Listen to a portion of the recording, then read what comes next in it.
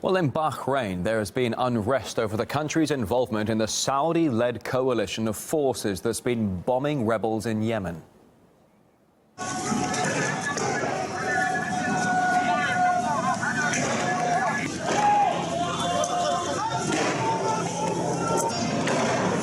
And with the coalition continuing its bombardment, the UN has published an alarming report. As many as 519 people have been killed and almost 2,000 wounded in the past 2 weeks in Yemen. 90 children are among the dead, and tens of thousands have also been forced to flee.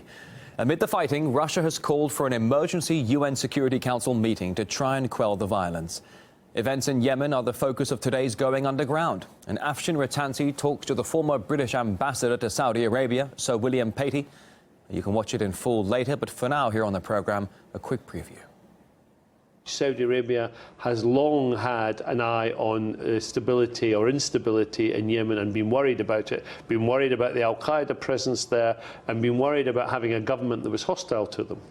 So the Saudi intervention will perhaps create a new balance that will allow a negotiated agreement. New balance? Hundreds of men, women and children killed. You think that it will create a new balance or much greater tension and a supercharged ISIS and Al-Qaeda in the Arabian Hundreds Peninsula? have been killed anyway before the Saudi intervention. The Saudi intervention didn't start the killing. There's been a war going on, a civil war going on, and the aim is to get a responsible, stable government. Yeah, but Britain would prefer the Houthis there than ISIS or Al-Qaeda in the Arabian Peninsula. It depends on whether that would lead to a stable government. We'll defeat Daesh, we'll defeat Al-Qaeda, and we'll defeat extremism by promoting peace and stability, governments building up institutions, helping states give prosperity to their citizens, building up. That's how we'll defeat them. Anger towards Saudi Arabia isn't just coming from Bahrain. A string of European countries have condemned the Saudis for their poor record on human rights. That story's coming up in just a moment. Also, U.S. negotiators take the deal on Iran's nuclear program back home, where it's already causing a split between the president and Congress. On the program, we take a look at how this may affect the future of the budding compromise. For now on RT International, making a splash in the modern world means having accounts on Instagram, Facebook and Twitter. They are no longer an option, but rather a necessity. And personal privacy may have to be sacrificed to achieve some level of career success. RT's Marina Portnair investigates. Costume stylist Alison Freer always intended on maintaining her anonymity on the internet until last month when she was forced to abandon privacy for success. You have to expose yourself. It's now part and parcel of the deal. People are not just happy to buy your product. They want a pound of flesh. They want to see what it is that they want to see everything, the nuts and bolts and the ins and outs of the person behind it. Leading up to the release of her book, How to Get Dressed, Freer's publisher mandated nearly 2 hours of daily self-promotion on social media. The LA fashion stylist reluctantly created accounts on Facebook, Pinterest, Instagram, and Goodreads. Like billions of others, Freer's comments, friendships, and preferences would be forever documented in the digital world. It was kind of the hardest thing I've ever done. I realize that sounds dramatic for people that grew up doing it or that have had a Facebook account for the 10 or so years it's been around. But to me, it really felt like I was going outside without my clothes on. In the post-Snowden era, countless citizens like Freer prefer to stay off social networks in order to protect their privacy.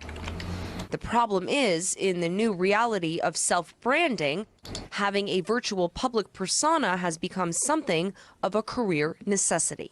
In this day and age, it probably does seem a little odd if you don't have a social profile somewhere, especially if you're in the job market. It's a means of protection of your future career, and it gives you another outlet besides the organization that you're working for. Even schools have adopted social media for recruiting purposes. A reported 35% of college admission officers have visited an applicant's social media page to learn more about them. And as online clout continues morphing into professional currency, conceding privacy may be the best career move. I've reached the point where any new social media app that comes out even if I don't think I'll ever use it, I instantly sign up with my name, sort of just like marking my territory, because you never know what's going to become the bigger thing. It's absolutely your calling card. It's mandatory. I think that's a perfect way to put it. All this pressure has led me to create an Instagram account. It doesn't matter if I want to, I pretty much have to. Welcome to my first post. Marina Portnaya, RT, New York. There are two sides to the social media coin, however. Too much activity and ill-considered comments can land you in a bit of trouble. Let's have a quick look here on the program. For example, one 22-year-old North Carolina waitress complained on Facebook about two customers who tipped badly. She was fired for that. The same fate for a crew of Virgin Airlines crew members. They discussed their employer in less than glowing terms. They got in trouble. One American teacher lost her job after writing on Facebook that she was teaching in the most ghetto school in Charlotte. Private investigator Stephen Rambam told us just a single misstep or a social network, or on a social network, I should say, that can ultimately bring down an entire career. One bad post can destroy 20 years of building a reputation. No matter how innocent the post is, no matter how innocuous it might seem to you at the time that you're putting it up, it can make problems. You have to really, really police what you do online. You have to think about every word, every comma. You have to stop oversharing. You have to remember that as soon as you put something on the internet, it is out of your control forever. You know, the new reality is that if you are a metric of whether or not you're successful is how many Twitter followers you have and how many Facebook followers and how many times your posts get liked. Even clients are now looking at as a measurement of whether or not you're successful. Always more stories for you waiting every hour at RT.com, including this one, a belated rescue at the North Carolina Coast Guard, picking up a man who's been lost at sea for 2 months, stuck on the hull of his capsized boat. Also at RT.com this hour, France now bans dangerously thin models from catwalks, even going as far as putting their agents behind bars, all in an effort to combat anorexia. Full write-up online. For now, relations between the EU and Saudi Arabia are under severe strain because of the Arab nation's human rights record. In particular, Sweden has labelled the Gulf monarchy a dictatorship that violates women's rights. The Saudis responded by recalling their ambassador from Stockholm, while Austria's chancellor accused the oil-rich country of silence on issues of human rights. Germany condemned the recent imprisonment of a Saudi blogger for allegedly insulting Islam. In fact, we spoke to political commentator and activist Sattar Khan. He says the criticism is actually an essential weapon used to pressure Riyadh.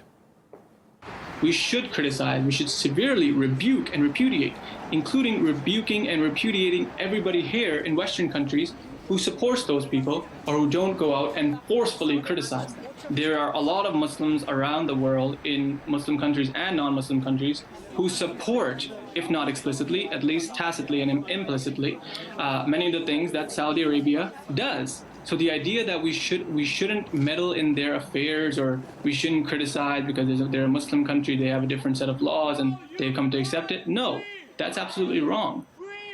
Action has followed the criticism from Europe. Austria has threatened to close a Saudi-backed religious center in Vienna. The EU passed a resolution calling for the immediate and unconditional release of imprisoned Saudi blogger Raif Badawi. And Sweden cancelled a weapons and military training deal with Riyadh. And after politicians in Canada joined the chorus of criticism, Saudi Arabia told them not to interfere in the country's affairs. Stephen Zunes, a professor of politics and international studies, says the behavior coming out of Riyadh is actually totally understandable. Well, it's not untypical for Western nations, to do a little finger wagging at policies that are embarrassing, that are repressive, while on the other hand, continuing to provide military and economic assistance. Rich individuals can sometimes be very arrogant and are shocked when anybody complains about them because they're so used to yes men. Saudis not used to people calling them out on their human rights records, especially Western nations who've made nice with them all these years despite their serious human rights abuses. Well, the uproar over human rights intensified with the case of blogger and free speech activist Raif Badawi. He was found guilty for insulting Islam in his blog, calling for people to openly discuss religion. He was sentenced to 1,000 lashes. Here's some of the footage right there. 1,000 lashes, 10 years in prison, a big fine. We spoke to a friend of Badawi's family. The first time he was flogged was on January 9. All the other Fridays he was not flogged, but no reason was given, and he did not see a doctor neither. If it is due to health reasons, it is very worrying. Because, of course, you can imagine somebody who hasn't seen the light of day in almost 3 years, except for the time he was flogged, is not in very good health. So it is very worrying if it is the case. And he is not doing so great because the conditions are not really well. He does not have good food and he cannot go outside. But he is aware of the international campaign for him, and that gives him a lot of hope. On the way on RT International, Japan aims to increase its military might. The Japanese Prime Minister calls on Parliament to change the country's 70-year-old pacifist constitution. Why? We'll discuss that after the break.